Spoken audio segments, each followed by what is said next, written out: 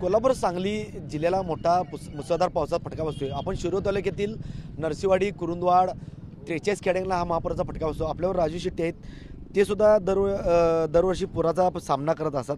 काय सांगाल सध्याची परिस्थिती काय आहे? सध्याची परिस्थिती अशी आहे की पाण्याचं बाकी धरण क्षेत्रामध्ये पाऊस कमी झालेला असला तरीसुद्धा इथं अजून पाण्याची पातळी वाढतच चाललेली आहे आणि ती कधी नियंत्रणात येईल काही सांगता येत नाही। एक तर गेल्या 4-5 दिवसामध्ये जसं धरण क्षेत्रामध्ये पाऊस पडला तसं खालच्या बाजूला सुद्धा शिरोळ, हातकणंगले, वाळवा, पलूस ह्या भागामध्ये सुद्धा मोठ्या प्रमाणामध्ये पाऊस पडलेला आहे आणि या भागातली जे काही पाणी धारण करण्याची जमिनीची क्षमता आहे ती संपल्यामुळं तो पडलेला पाऊससुद्धा सगळा नदीमध्ये यायला लागला आहे। आपण विसर्ग मोजतो फक्त कोयनेचा, राधानगरीचा किंवा छोट्या छोट्या धरणाचा विसर्ग मोजतो, पण धरणाच्या खालच्या बाजूला पडलेल्या पावसाचं जे पाणी आज नदीमध्ये यायला लागलेलं आहे त्याचा हिशेब कुठं होत नाही। त्यामुळं पाण्याची पातळी सातत्यानं वाढत चाललेली आहे आणि ती किती अजून वाढणार आहे, कारण ही परिस्थिती आत्ता थोडी नियंत्रणात असल्यासारखी जरी वाटत असली,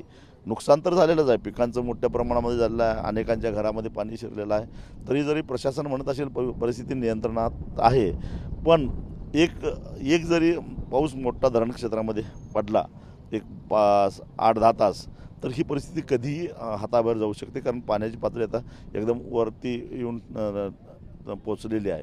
तेव्हा अशा परिस्थितीमध्ये प्रशासनाकडून किंवा सरकारकडून जो दिलासा द्यायला पाहिजे होता पूरग्रस्तांना तो देताना आज दिसत नाही।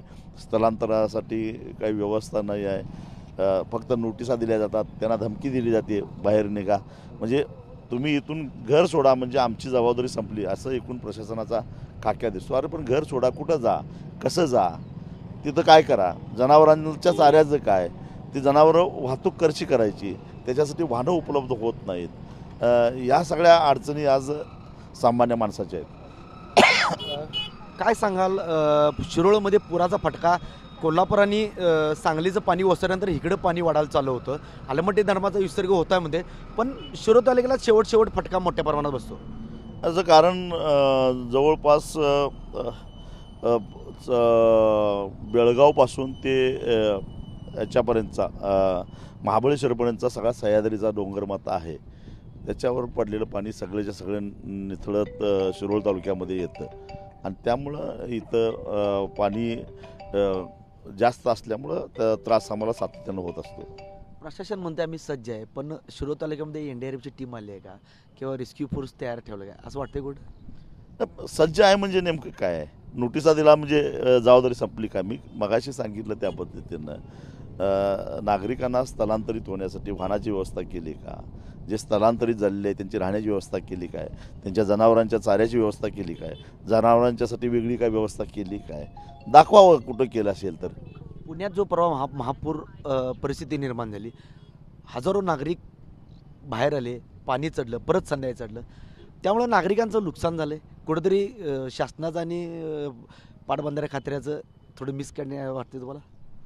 विकासाच्या नावाखाली पर्यावरणाची किंवा एकूणच निसर्गाचं जे बदल होत आहेत त्या फेरबदलाची नोंद न घेता किंवा त्याची दखल न घेता विकासाच्या नावाखाली जे काय वेगवेगळी बंधारे घालण्याचं काम चालू आहे, रस्ते करण्याचं काम चालू आहे, बांधकाम पाणलोट क्षेत्रामध्ये किंवा धरण पूर क्षेत्रामध्ये होत आहेत, या सगळ्याचा एकत्रित परिणाम म्हणून आपल्याला अशा प्रकारचे पुराचे हे सगळी समस्या जाणवताना दिसते।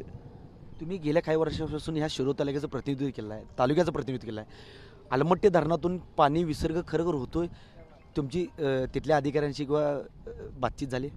सध्याच्या या पुराला अलमट्टीला जबाबदार धरता येणार नाही असं मला वाटतं, कारण आत्ता आपण कृष्णा नदीवरच आहोत आणि ह्या पाण्याचा जो आत्ताचा जो स्पीड आहे, यापूर्वीचा स्पीडसुद्धा मला माहीत आहे। हा बघता जर पाणी ज्याने तुंबवलं असतं तर एवढी गती या पाण्याला मिळाली नसते। त्यामुळं केवळ अलमट्टीवर जबाबदारी टाकून आपण मोकळं होऊ शकत नाही, त्यासाठी आवश्यक त्या दुसऱ्या गोष्टी करण्याची आवश्यकता आहे आणि त्या जर नाही केल्या तर मग ठीक आहे, एक अलमट्टीला एक कुणीतरी एक टार्गेट पाहिजे म्हणून टार्गेट करत राहायचं असं नाही आहे।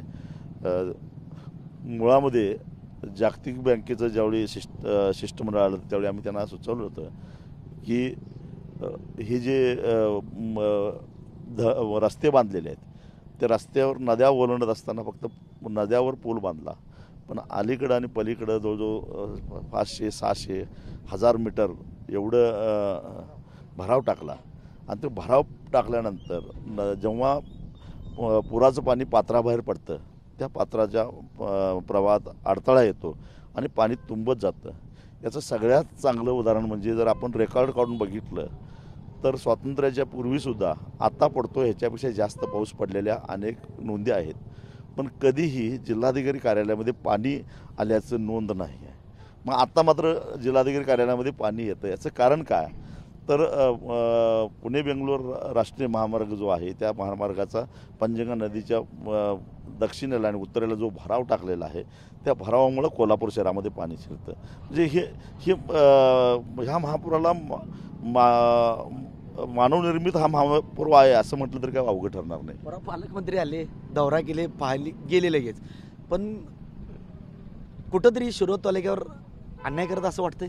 पाहणी दौरा म्हणजे आले आणि गेले, पण कोणाला आत्मविश्वास दिला किंवा कुठं जाऊन आले, बघितले, असं कुठं वाटतंय तुम्हाला? कदाचित पालकमंत्र्यांनाच आत्मविश्वास नसावा, त्यामुळं ते नागरिकांना काय आत्मविश्वास देणार. पालकमंत्र्यांनी जो दौरा केला तो आत्मविश्वास त्यांच्यात नसावा असा टीका केली आहे. पण शिरोळ तालुक्याला पुराचा फटका जरी असला तरी आलमट्टी धरणातून पाणी सोडण्यात जात आहे, पण महाराष्ट्र सरकारनं सुद्धा याकडं लक्ष देणे गरजेचं आहे. कॅमेरामॅन सुशांत राऊतचं मी साईनाथ जाधव, TV मराठी, नरसिंहवाडी.